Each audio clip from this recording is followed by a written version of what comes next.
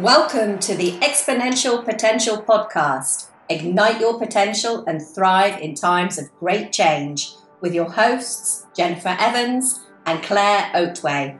Join us and feel uplifted and inspired as we share with you powerful and insightful stories, top tips and tools with our expert guests on an array of topics covering all aspects of life and business, designed to ignite your potential and help you thrive in times of great change. Hello, everybody. I can't believe how quickly this year's going by. Hi, Jennifer. How are you? I'm good, thanks, Claire. How are you? It just seems to be speeding up, and it's this time of year, isn't it? And I'm excited about our episode today because I think there is so much value in the topic. Because I don't know, it's crazy. It's crazy. Are you finding it's crazy? Yes, well, I find it's interesting because it kind of there's sort of time warps where things really slow down, and then all of a sudden, before you know it, we're there. We're at Christmas. We're at Christmas Day because I think every year we always think we've got loads of time, and then a blink of an eye, you're like, oh my God, oh shit, it's Christmas in 4 days, and I've got this, and 101 things to do. Oh, it does, doesn't it? Definitely does that this time of year. Yeah. We need to find a way of fixing that. Tim Ferriss came up with a term, and I wish I could remember the term now, but essentially it was around time expansion. And Tim Ferriss has some really wacky ideas, but it was this idea that if you can spend 3 days in the wilderness and it feel like 2 weeks, sometimes you're in the moment and it just stretches and stretches, but it's not, it's quite short. So I can do some of that right now because everything's really short. And I want it to be longer and slower. Yeah, that's a really good point, because I think when we're really present to we're present and we're engaged in the moment, and we're not thinking a million miles to one, rushing ahead of ourselves. When we're actually present, it does feel like we're slowing down time. It does feel, because time, we can play with time. But yeah, when you're present, when you're present, it slows down time. And I don't know about you, but when I'm doing something and I'm really in the zone, it feels like I've got all the time in the world. Or sometimes, it's time is a strange, weird, fascinating thing. We should definitely have an episode of that. Yeah, totally. Yeah, we totally could. But I'm really excited. We ummed and ahed about what to put on the schedule this year, and we really wanted to find a way of helping our listeners to create more ease and actually have a happy holiday as opposed to be rushing around like a crazy creature trying to get everything in. So today we're going to be covering topics like how you release the stress and pressure, how you can make Christmas easier, yes, that is possible, and have fun, and how you can shift the energy around family tensions, especially. And Jen, before we launch, I want to remind everybody about how special you are. So just blush, it's okay. We might lose you to the Zoom background, but Jennifer ZenJen is passionate, absolutely passionate. It comes through in every interview, about guiding, teaching, and inspiring women, especially those that are transitioning through difficult times, who are on the cusp of change or in crossroads. It's so easy to be fed up with the humdrum, the feeling under or overwhelmed, and there's this nagging feeling that there's more to life. You want fulfillment and joy and meaning and purpose, and Jennifer's absolutely superb at breaking through that. And I'm full of gratitude. I think it's this time of year, but I'm so full of gratitude that we're working together, because you are an expert in your field. You've been a best-selling author, public speaker, podcast host. Yay! But also with your the transformation coaching that you do and the Reiki master, you've been in this craft for 15 years, if not longer. And the freedom and joy that you bring people in the day-to-day lives, we only cover snippets of it here today. Yes. There's Yeah. much more depth that you offer when you help people gain real clarity in their life, about what they want, about their relationships, about their career, about the business, helping people feel inspired and flying forward. And and also if we recorded our whole chats, we'd go on for hours. Because your life especially is jam-packed. You've set out to really transform the way that you live, and in Italy now with your partner, a gorgeous partner Dominic, who creates amazing audio for us, let alone I don't know what else he does. It's really creative. And your crazy dog Poppy. So it's not just a textbook situation. You've truly done it. You've lived it, and you help other people to do that all of the time. Yeah, and I think just because I've been through so many different things, and the transformation that I've created within myself, and it's I've done it and my clients do it, so I know it's possible for anybody that chooses to do that, to gain that courage and confidence to change their life, and to make it takes a lot of courage and a lot of commitment to come out of the expected norm. Yeah, totally. Thank you so much for that introduction. That was lovely. It's always a love fest, isn't it, Claire, when we do our podcasts? It's the whole reason why we set it up, to be honest. Yes, it's not just this mutual love or hearing our own voices, but also kind of to genuinely share some of the magic that we've seen and that we help others to create, so that as many people can benefit as possible. There's too much pain and anxiety and stress, and I love kind of the little vignettes that come out from our work. So I'm delighted to get the chance to interview you again, and also around a super important topic, and around this holiday period. I don't know everywhere else in the world, but when this is aired, I've got like 2 days left in school, and then it's school holiday time, and that that's it. It's crazy. Yes. Yeah. I think so many of us go into overwhelm and overdrive at this period of time, and I want to touch on the reasons why we do that, because when we're aware of something, when we have knowledge about and consciousness around something, it helps us then choose whether we want to change that. And some of the reasons that we get overwhelmed, one of them is, oh my God, I'm going to be with the family for however long time, and there's all those interesting family dynamics that can come up. We feel that we need to see everyone within a short space of time. So some of us are either have the whole family at ours, or some of us may be running around seeing the in-laws, the sisters, the brothers, our parents, aunties, uncles. It can get totally out of control because we feel that we should be doing that, or traditionally it's doing that, or it's expected of us, and we feel obliged to do that.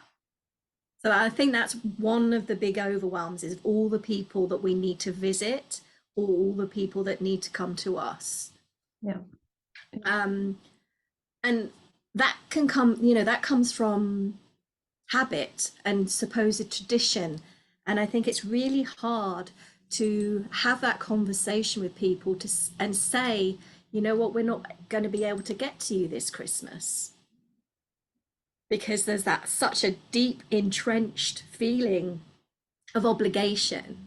And then the guilt of that if we don't see everybody. Yeah. But I think there comes a point where you've got to just stop and be realistic and remember what is important for you at Christmas. You know, is it running around seeing everybody, trying to keep everybody happy? Because we all know realistically that is an impossible task we set ourselves. So I don't know about you, Claire, what sort of pressures do you find around the family and visiting people and things like that? Do you have that? Well, particularly around that, I mean, there's so much that resonated in that, and not just within my relationship now, but in previous relationships that you particularly committed ones. It's like, whose family do you go to? And if you're traveling, you can't travel to Birmingham and then to Devon from Kent. You just be on the motorway the whole time, and there's that. Of course, it's magical to see everybody, but you are just rushing around seeing everybody. That's the tough bit, and I think that my mind goes to all the Christmas films like Planes, Trains, and Automobiles. Yes, and four Christmases where they're both sets of parents are divorced, and they end up they have to go to each parent. So that's four parents in one day. And it's like, when we think about it, it's absolutely ridiculous that we try and do these things to try and please everybody and keep everybody happy. Yeah, for sure. And so it definitely makes sense. And kind of those arguments of, well, it's that person's turn this time and this person's turn, and you just start off with the politics. One thing that I found quite beneficial was going away at Christmas. Going away for a few days or 4 days or 5 days, and releasing the guilt, sort of stopping for a minute. I mean, especially if you're in a new relationship. So when myself and Dom first met, or were together for our first Christmas, decided that we wanted to spend time with each other. It's our first Christmas. So we made the decision. We didn't ask if it was okay, because I think a lot of children feel the need, they have to ask their parents' permission. And we just laid it out. We said, you know what, we've decided to go away for Christmas this year, and we'll see you before, or we'll see when we get back. There's so many emotions that are around it, though. I mean, we were quite tragically, my husband Steph's parents split, and so his stepdad's been in his life for decades and decades. So there'd always been this Christmas tradition, but he died unexpectedly in December a few years ago now, like on the 15th of December, which was huge. So of course, yes, my daughter stayed with us then, but again, kind of without her partner around, she's alone at Christmas. And again, kind of you feel a drive to make sure that that doesn't happen, because it'd be really sad. It's really hard. Yeah, and I think if you make that decision to spend time with the people, because not every family is dysfunctional, not every family is full of tension, but if you do have somebody that is alone at Christmas, and Christmas is all about compassion and love and kindness and caring and all those sorts of things. So if you do make a decision to spend time with people at Christmas, I think the important part of that is to actually, rather than feel that you're doing it because you're obligated, you're doing it because you care and you love and you want to be with them. So you kind of focus on then making the best of that. And okay, so how do I, rather than be all, oh God, I don't want to do this, oh bar humbug, and oh we have to, it's how can I make this, how can I feel, how can I put myself in a better place? How can we actually enjoy this Christmas, even though it might not be exactly what we want? Yep. How can we enjoy this? How can we, and I think that's part of acceptance, isn't it? Accepting, well, this is our Christmas. These are the people that are going to be joining us. So how can we really make this special? Yeah, for sure, for sure.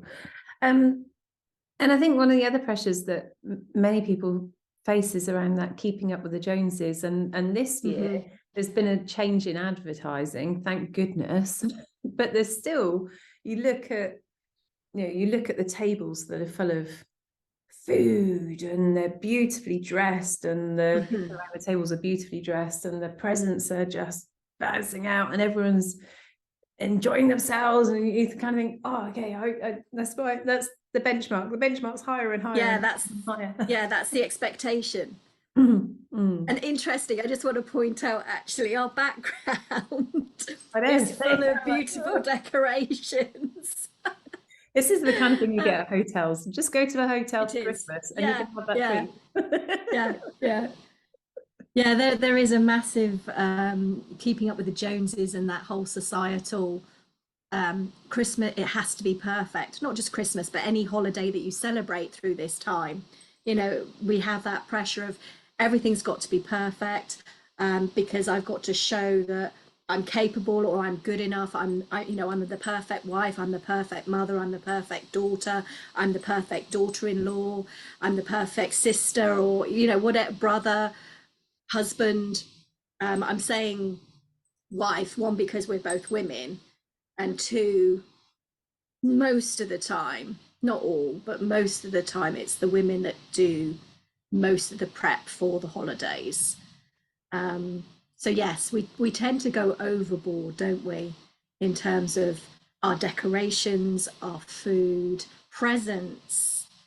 And one of the things, I had a really interesting conversation with a client recently, and the question, she loves buying gifts, and there is a joy about buying gifts, and one of the things is watching people open those gifts. But financial situations change, especially at the moment with, and I don't want to harp on about it because we all know, but we've got to be realistic, and that financial pressure of feeling that we need to buy the same amount of presents as we did last year or the previous year, and equating buying presents and the amount that the present costs to how much you love someone. And my client didn't even realize that was a thing for her, because she's like, oh, and didn't realize that she equates buying gifts and lots of gifts or expensive gifts to showing her love.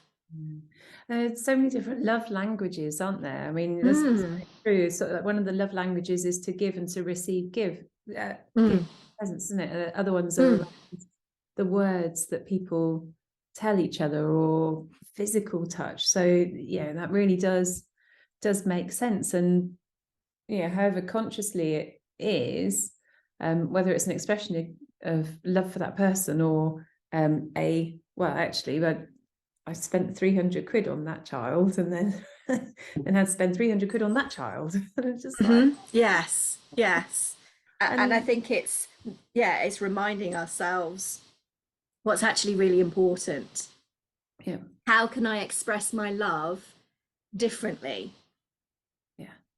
And having those conversations as well around expectations, isn't it? So expectations of how many presents you're going to buy your children or your family, your grandchildren, and having that conversation first to say, let's not go so mad this year. Yeah. So let's do and it might be a bit late for most people to do that this year, but maybe plan to do it next year.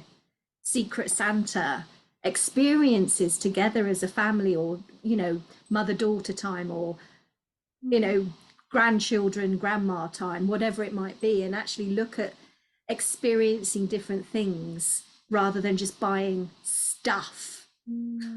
Well, and with your client, I mean, kind of when she realized that she was expressing her love in that way, you know, kind of what was the next step for her?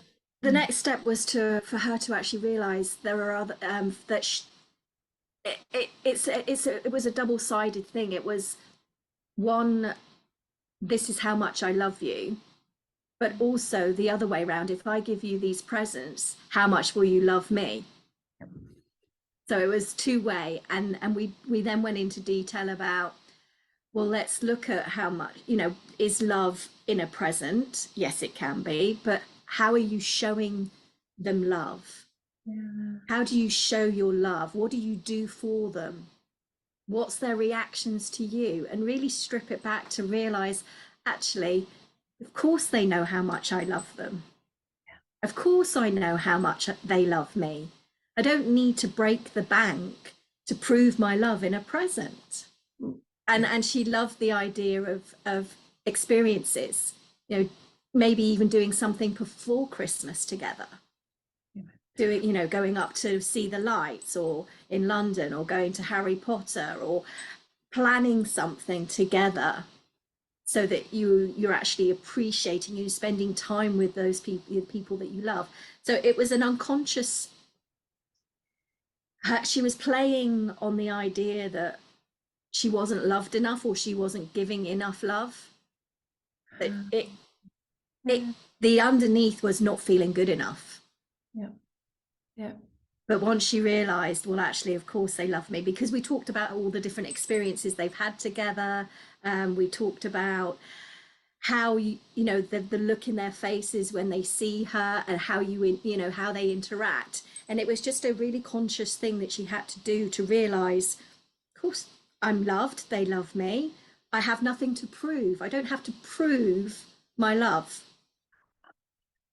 I don't have to wear that big garment of expectations, or and what came through as well, and when you're describing that, is, you know, on social media with these kind of hashtag couple goals about this is the perfect gift, and, you know, this flamboyant, really extravagant and staged, frankly, staged events that are shifting what normal is. And it's like, no, I want a different normal. Oh, we've got a, sorry.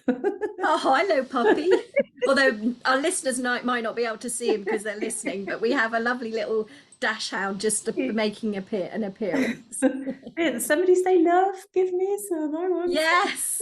Yeah, and pets, oh my God, pets are such a wonderful example of that, aren't they? Total unconditional love. They don't expect anything, do they? There's no expectation there. And if they want love or attention, they'll come and say, yes, please. And they're just, yeah. There's timely. So, you know, and when you think as well, kind of especially if you're, you know, Ty, my son, is now at secondary school, but in primary school, there's all of the events, and then there's all the preparation, and there's all the dress up, and then there's the parties where you need to buy things for the parties, and then there's presents for the friends, and then nagging them teacher presents, nagging them to make sure they've done Christmas cards, helping them realize that if they don't send Christmas cards, they don't get Christmas cards back. And it's like, it's just, so it's like a storm of extra pressure. You know, how do we start to consciously, you know, take some of that off? Because I understand around really understanding what's behind gifts, and, you know, how your behaviors are coming out. But what are the nuggets? And that's the same for when we're preparing a dinner as well, isn't it? Is everything has to be so grand and so much.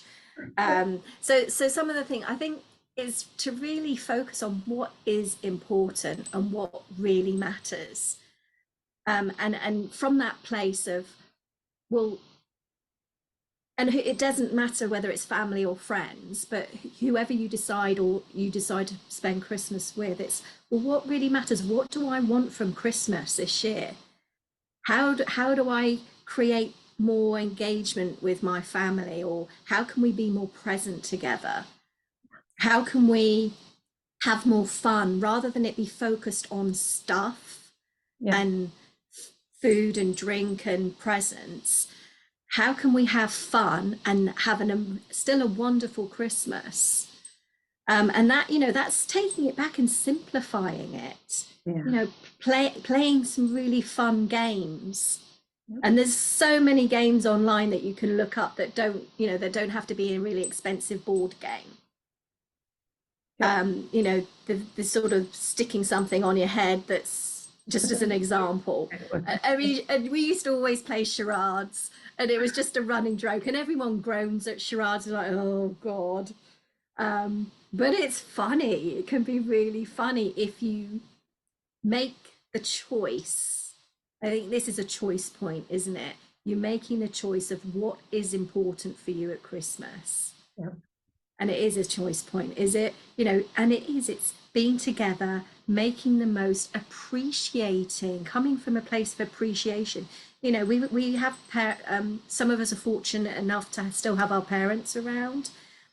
And we can look at them and go, oh God, I've got to spend a whole day, love your parents, but sometimes you don't like them. Sometimes they can be a bit, drag that energy from you and be a bit negative because of the generation that they're at. So it's turning that round and thinking, I'm going to be in a place of appreciation this year. I'm going to appreciate what I have. I'm going to appreciate them, who they are now as they are, accept them who they are, appreciate they're still here with me, and focus on having fun rather than spending so much money. Yeah. And being kind and compassionate and caring. And I bet if you look back as a child and you remember the things that brought you joy at Christmas, I bet it wasn't tons and tons of presents under the tree. I bet most of the time you can't remember, unless it's one of those gifts that you really, really wanted. I bet you can't even remember most of those presents that you got. And what I remember as a child was, Christmas carols and Christmas songs, playing cards, playing games, laughing, having fun. And I think that is a reminder, looking back at what you remembered was special to you at Christmas and reinventing that again. Yeah. In terms of other things, like practical things about taking the pressure off, you're not alone. You don't have to do this alone. You don't have to do everything by yourself. I always enjoyed going Christmas shopping with a friend or a family member and having a little sneaky drink or a bite or a lunch, nice little pub lunch somewhere. Oh, now put a pin in that one, because sometimes it's just like, oh, that's such a genius idea, because you've both got to get the Christmas shopping done. Yeah. You've both got people in each other's lives. You both probably go, oh, I just don't have time to see each other and hang out. Yeah. Let's break the day up. Let's break it up. So looking at ways how to make it more interesting, more fun and easier. So we all buy, I'm sure lots of it, especially through COVID, we all bought a ton of stuff online, but there's also an element of supporting your local high street as well, or supporting local businesses such as Claire. I'm going to mention Claire, and I think I'd love to drop a link of your online business, using Etsy or notonthehighstreet.com. So that's another thing that's easier to do. And excuse me. The other thing was, don't do it all alone. So yes, invite a friend and you can go shopping together. But I mean, ask for help with the decorations. If you're the one person that does everything, why are you doing everything? Yeah, and you're depriving other people of the joy that they could have from being involved. Yes. Kind of helping out. You're stopping other people from getting involved and supporting. Yeah, and that comes back to control and perfection, because everything has to be right. But if so what if the trees are not exactly perfect, or the decorations aren't perfect, or the dinner isn't perfect. Or the wrapping. Oh my God, Christmas wrapping. Oh, you know, but again, if you buy less, presents, you got less to wrap. But I think asking for help, delegating, using the people that are in your family, you know, if you've got people coming round to you for Christmas dinner or a holiday dinner, ask them to bring the dessert, ask them to bring the Christmas pudding, ask them to bring a side dish or something that doesn't need cooking there and then. I remember one year I had Christmas at mine, and my sister helped me do, she was my sous chef, and it was brilliant. I mean, obviously, if you're choosing your sous chef, then there has to be some kind of agreement first in terms of how you're going to work together. But she was like, right, Jen, what do you want me to do next? What do you want me to do next? She was brilliant. And we had the Christmas carols on, we were dancing in the kitchen, we were chatting, we were catching up on old times and cooking an amazing Christmas dinner. So yeah, we're so fixed on sometimes we're so fixed on having to do everything by ourselves. And we really, really don't. You know, why? Do you want, a good question to ask yourself is, do you want to make this easier on yourself or not? Yeah. And also, I mean, one of the tips that I would bring into the conversation as well is, and we've been doing it for a few years, that time between Christmas and New Year, if we're at home, Steph and I have got an arrangement that each of us can go off for an afternoon and do our own thing. Don't have to be all on top of each other all of the time. Yes, good point. This is much a time to just relax and move forward yourself. So that, you know, booking in a cheeky massage in between, or just, you know, going for a little walk, or catching up with a really good friend over coffee. It's just, yeah, I think giving each other space is really important, allowing that to happen. If you've got family staying for a week, because some people do, don't they? Because they live such a distance away, you might have family staying for a week. Yeah. And yeah, there's absolutely nothing wrong with you going off and doing your own thing, or allowing somebody else to do that. Yeah. And even if it's in the home, you know, maybe you want to just go off into a different room by yourself and have some quiet time and read a book. And again, it's, you're in the land. Sorry. Like every teenager, you're in the land. yes. And there is, you know, yes, you want to be together as a family and be present and play games.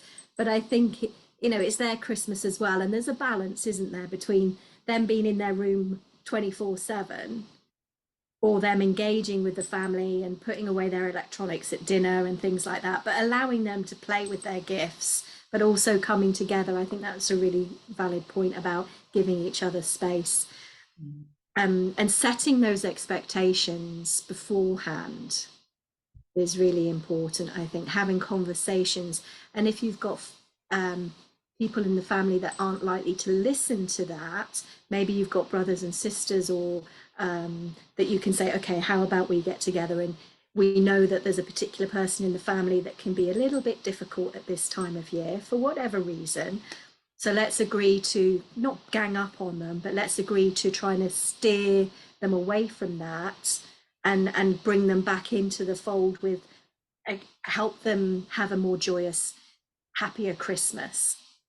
Yeah. And I think just want to make a point about, you know, Christmas can be a really difficult time for a lot of people because they've lost somebody close, and it might be their first Christmas or second Christmas or third or whatever many Christmases. I think it's really important to not force anybody to do into something they don't want to do, or if they need a bit of space, they need a bit of quiet time, then to give them that quiet time. And maybe you want to celebrate somebody that's passed, celebrate them and remember them and have some lovely stories and memories to talk about. But if somebody needs that space, then allow them that space to be, and just to process what they need to process. We don't have to all be jolly, jolly, happy, happy all the time. I think it's important to allow someone to feel what they're feeling. And yeah, we've mentioned Christmas a lot, but actually there are so many different holidays and festivals that kind of coincide at this time of year. And I think, you know, there's something possibly quite deep in humanity around lifting the darkness, around, you know, kind of celebrating and, you know, breaking free this time of year and expressing how you feel for each other, and, you know, and getting underneath what's, you know, what is Christmas about, what are relationships about, what is the opportunity here, rather than, you know, being drawn into the commercial aspects and the spend this and buy this, do this. Yeah. And I think, and we're talking about spaces, is creating those healthy boundaries for yourself, and being able to communicate them gently without being aggressive and without getting angry. It's just, you know what, I need, yes, we're going to come and see you in the at Christmas or whatever holiday, but maybe you don't feel that you want to be there all day. I remember when I had the Christmas together at my place. I think I threw everyone out at 7 o'clock in the evening because I'd had enough. I didn't throw them out. I love my family, but sometimes, like I said, it can be a bit awkward, and sometimes there's a bit too much drink involved, and there can be some arguments, there can be some negativity, there can be pulling up the past. And I had a conversation and said, right, let's make this really, and let's agree to disagree on subjects, or leave our disagreements and differences at the door, and remind ourselves that this is time to be together, and make the most of it. So we played games, we really had a wonderful, wonderful lunch.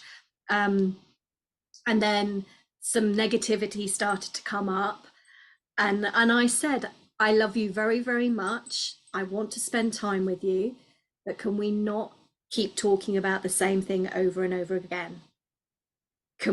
Let's do something else. And if you've got somebody in your family that keeps coming back to the same thing, you can break the energy, one, by suggesting something to do something, let's play a game, or who wants a drink, a cup of tea or coffee, or you might need to leave the room, you might need to go for a walk even.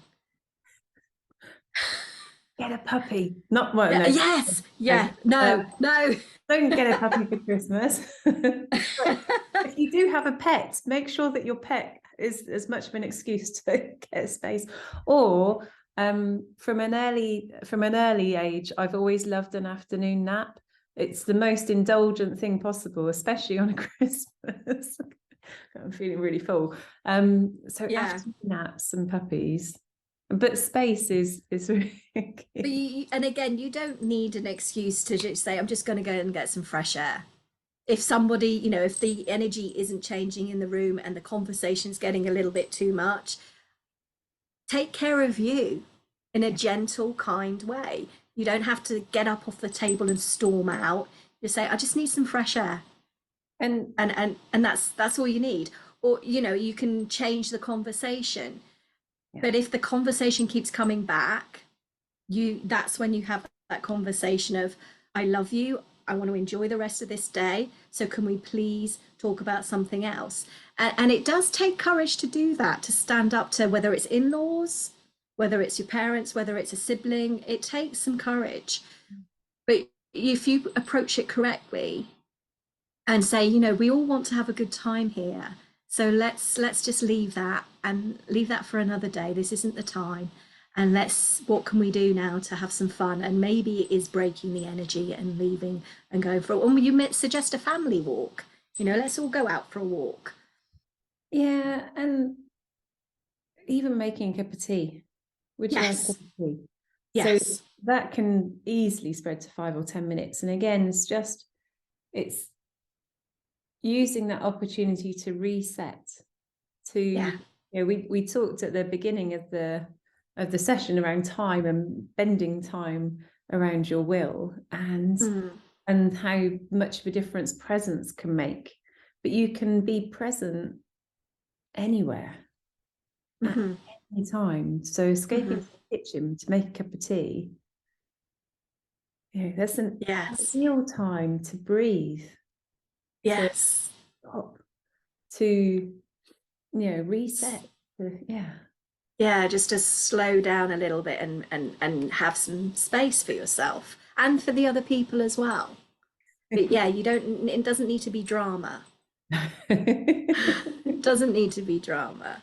Absolutely. But so just going back to the conversation of not kicking the family out, but I just said to them, I said, I've had a really wonderful day, but I'm really exhausted. I'm tired. I was single at the time. I'm really tired. I've got a banging headache. I'll see you all tomorrow or the next day or whatever. But yes, could you all please go, because I need to have a nap. And they did. And you know what? If I had offended anyone, that wasn't my problem. Yeah. If somebody wanted to be upset by that, that's their business, not mine. I was very kind about it. I wasn't rude. I just said, you know what? I'm really tired now. Can you all just go, and I'll see you tomorrow? You've just become a hero in my eyes. If any of my family are listening, of course, it's not you, it's them. Yeah, and yeah, it must have taken so much courage, or kind of sitting outside the situation. It's like, oh, I could never do that. I think it's because it's coming from. I mean, they'd been there since 11 o'clock in the morning. Yeah, 11, 12. And it was full on. But it was putting myself, not in a selfish way, it was putting my needs, what I really needed, and what I really needed was peace and quiet. And I didn't really want to go out for a walk at 7 o'clock at night. I was too tired for that. And it was my flat, so it wasn't huge. I couldn't go and escape really into another room for a while. So it was pretty intense. And I just put my needs first. We'd had a wonderful time.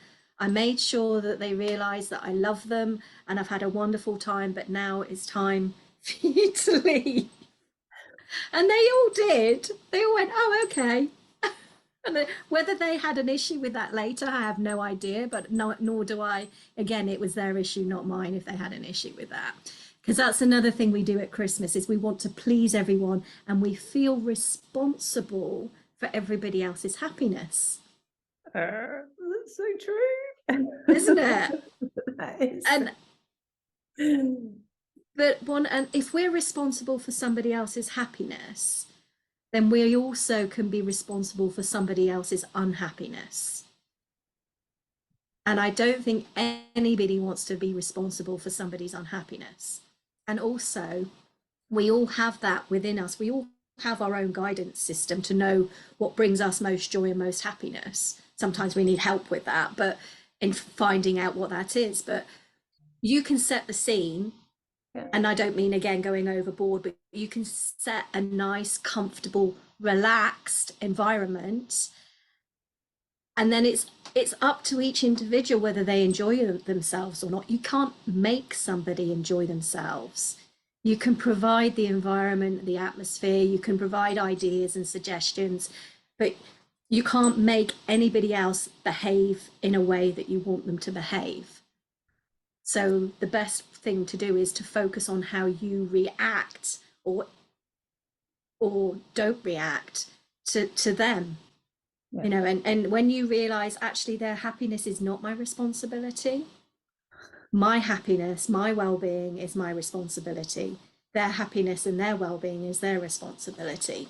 Yeah. It makes it much easier to make those decisions of, okay, now you can leave, thank you very much, and not to also take things personally when if you feel someone's attacking you. They're not necessarily attacking you, they're just coming from their own point of view. and they're, you know, the way they behave isn't always, it's 95% a reflection on them, not on you. And So that's have you sorry, no, one and more, sorry, that's okay. have you, and with some people, have you found no matter what you do, you bend over backwards to please them, they will always find fault with something. Yep. So, you know, why bother bending over backwards for somebody that's not going to appreciate it? And yeah, and some people find it hard to give compliments. Mm-hmm. Yes, and receive them. Yeah. Yeah, it just feels unnatural. Mm. Yeah, and they kind of want to engage. So it comes across as a criticism, but it's not intended as a criticism. It's just like, and you know, sometimes people just shift in terms of where they are day in, day out, and that's fine. Yeah. Yeah. And it's And I think, isn't it? It's like this is yeah. my boundary, this is my life, this is my empire. You do you, and I love Yes. you. Yeah, but you do you. It's cool. It's Yeah. acceptance, you know. Yes. And, Yeah. and I've said, you know, when I've been somewhere for Christmas as well, the family, and the negativity comes up, and it's not just a few negative, it's negative. It's negative after negative after negative. And I'm a very uplifting, positive person. And if I can't change that with that person, then I get to the point I'd, you know, use my tools and but tips of changing the subject, of talking about something else, of asking, let's not talk about this. But if they keep coming back to it, I will say, you know what, if you don't stop, if you continue this conversation in this vein, I will leave. And some of my other family members are like, oh, you said that? I'm like, yes, I said that because it's not helpful. But It's not helpful it's not helpful for that person. yeah, And it's certainly not helpful for you. And a lot of the times, and they might not be aware they're even doing it. we confuse kindness with just letting people get away with stuff. And we're not Yes. giving them feedback either. You know, we just Yeah. And again, it goes back to, I love you. I've come here to spend time with you, to enjoy your company. So can we enjoy your can I, you know, let's enjoy our company. Let's not focus on what's going out there. Look at all these lovely little children running around and playing. Let's focus on this. Let's focus on this love and the joy that those children are bringing. Yeah. I think when people get caught in past loops and nostalgia, I think that's an attempt to say, I enjoyed being with you in spirit right here, right now. And do you remember all the other times that we've spent time together? Because it kind of reinforces that bond, doesn't it, when you go back to nostalgia? Because the people that we are here with in our family are people that are with us from right the way throughout life, if we're lucky. And yes, you know, just they're some of the deepest, most frustrating yes, relationships that you have. And you know, they yeah, are precious. They are precious indeed. yes, they are. So just a few practical tips. This is stuff we know, but we don't always remember to do it. So I find it very helpful to have a plan, write things down, and look at what really needs to be done, what doesn't need to be done at all, and who else can help me. So planning ahead, I know, you know, shopping online, food shopping online, a lot of places get booked up, their slots, their delivery slots get quite booked up. Maybe plan to go shopping when it's quieter, if you can, later at night or first, you know, early morning. So you can, especially with Google now, you can look at when things are busiest, can't you? On Google Maps, which is awesome. So use that and choose your time wisely, and yeah, plan ahead and write it down. Think about the things that you can actually do on the holidays with family, like what sort of games you can play. So and write that down as well, how you want to engage, how you want to be this Christmas. Yeah, I want to come from a place of, instead of getting angry and triggered by something somebody says, I want to make the effort and be more conscious and just stop and breathe and ask, does it really matter? Is this about me?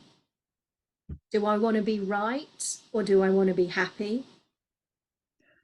You know, and what's most important, and be the grown up, you know, let things, there's certain things, just let it slide, you know, be that, you don't need to all be at that level, take the high ground. um yeah, how can I make this more fun, and actually ask yourself, because different things for different people are fun.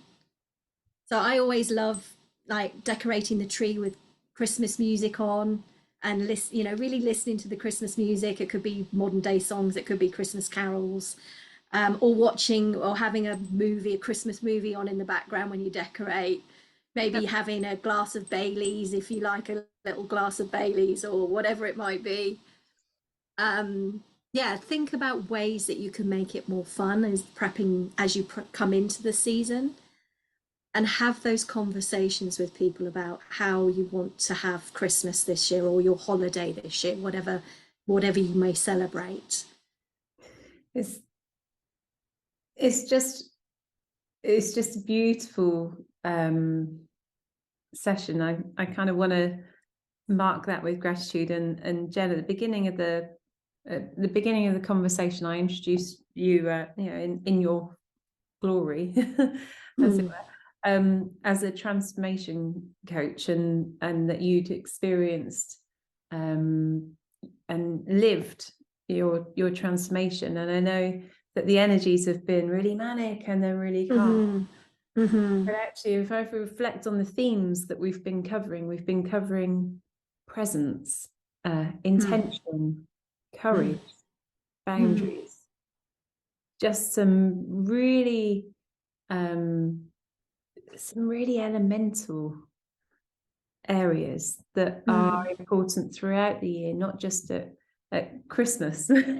Yes, yeah. Definitely not all tinsel. And yet, at the same time, some really practical solutions for this time of year, and how you can, you know, live your full self. It's been, you know, it's just been a wonderful conversation. Thank you.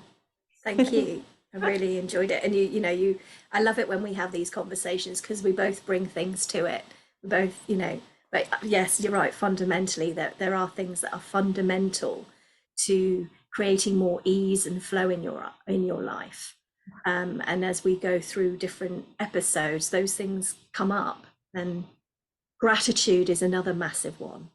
You know, being present and grateful and feeling, allowing yourself to feel gratitude and appreciation helps raise that vibration, and focusing on what you have, and making the most of what you have, and being appreciative of what you have. And I know it can sound cheesy and corny to some people, but when you really do appreciate things and feel gratitude, it shifts the energy around everything.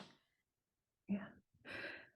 And So, for all of our listeners today, we are both, I'm talking for you now, but we are both so grateful that you're choosing to spend time with us. You're choosing to be here to listen. And I think one of the things that's struck me from today's conversation is that for some people, even if all we've done is hold space for you while you're doing something else, then, you know, that's a gift that we want to give you. So yeah, and of course we can hold space more regularly if you like, listen and subscribe. yes, of course. Yeah. We are here not just for Christmas. We are here for you. Any Christmas wishes for our listeners from you, Jennifer? Yes, I think just allowing yourself the time and the space that you need to help uplift uplift yourself, and to be able to focus more on the positive and the atmosphere and the joy that's around Christmas. And if look, something that I was talking to another client about is that they've coming up to Christmas and there's a lot of dread around it and different things. And I just said, sit in your memories of past Christmases and allow yourself to feel those joyful memories. And just the Christmas spirit or the holiday spirit of giving, but giving from your heart, with love, from love.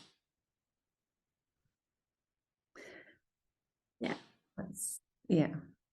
Let's leave on that point, and thank you for such an amazing conversation. It's one I want to listen to over and over and over again, because there are so many different elements in there. So thank you, and thank you. We'll continue the conversations coming up throughout December. Really looking forward to our Tuxmas special and preparing for the new year. So we've got a very special recording of that coming soon, with a lot of the friends of the show that we've gathered together. So Jen, thank you very much. Thank you. Been a pleasure as always. And we set out to work out how to create more ease and have a happy holiday. And I think what you've brought to the conversation is not just how to achieve that kind of saccharine sense of a happy holiday and those expectations, something that's much deeper towards contentment and even more fulfilling. So thank you very much. And thank you, guys. We'll see you again soon. Cheers. Thank you for listening. We'd love to hear your comments and feedback. And if you've enjoyed it, please click on that subscribe button, give us a thumbs up, and feel free to share. Join us for our next episode of the Exponential Potential Podcast. Ignite your potential and thrive in times of great change.